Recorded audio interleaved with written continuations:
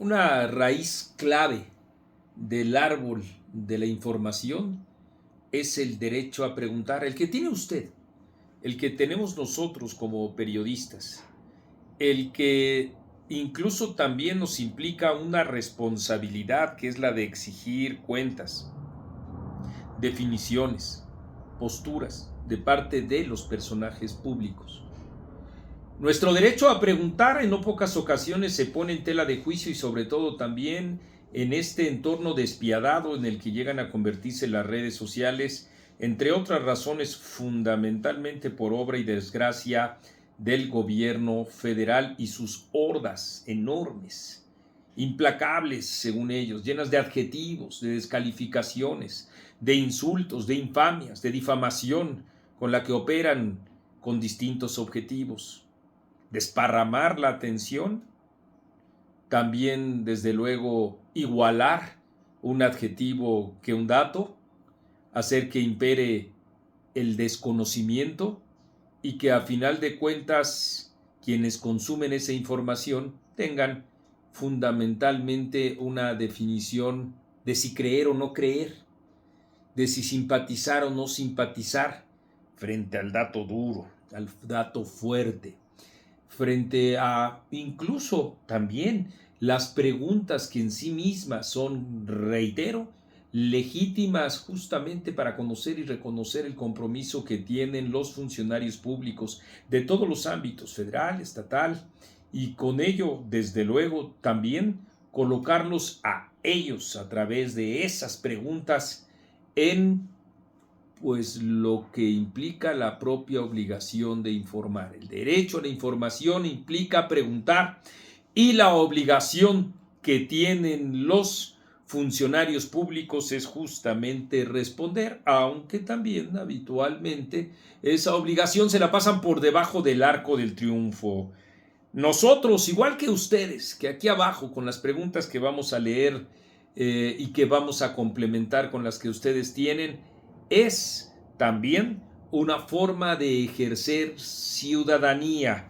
Aquí algunas preguntas que nos parecen de la mayor importancia.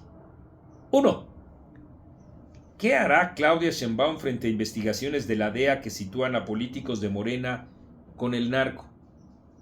Aquí hay una información y una afirmación implícita en la pregunta. Nosotros lo decimos tal cual. La afirmación es que en efecto hay investigaciones de la DEA que están incorporando a ex servidores públicos y servidores públicos del gobierno federal. ¿Qué hará Claudia Sheinbaum?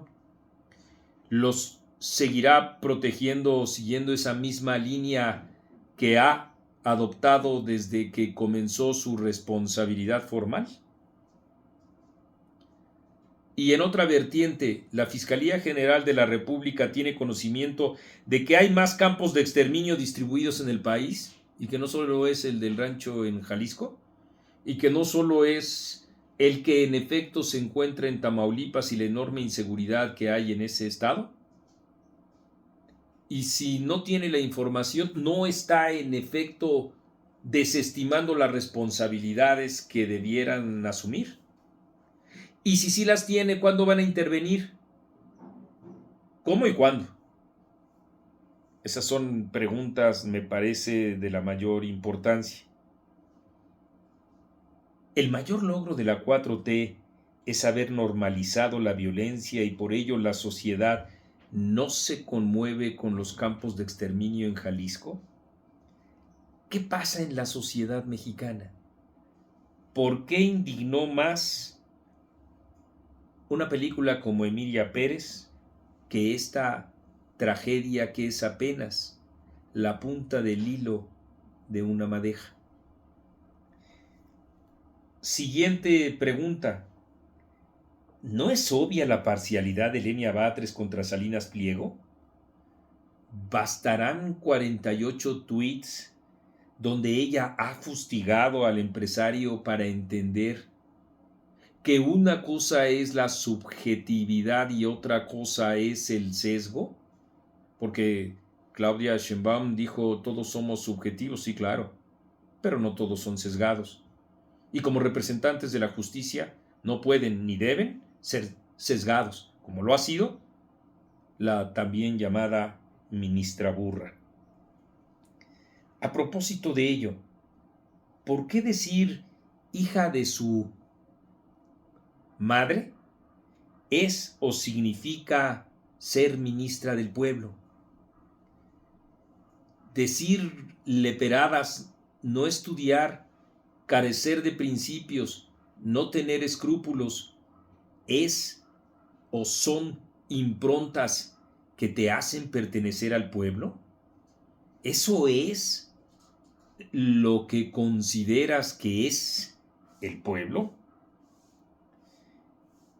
En otros órdenes de ideas, ¿a los cuántos himnos se nos condonarán los aranceles? Porque no es verdad que todos creemos que esto que ha hecho Donald Trump un día sí y un día no en relación con los aranceles es resultado de la política de Claudia Sheinbaum, cuando vemos que esa es exactamente la misma actitud que tiene ante China, ante la Unión Europea, ante Canadá y ante cualquier otro país en donde primero amaga y después afloja el propio Donald Trump.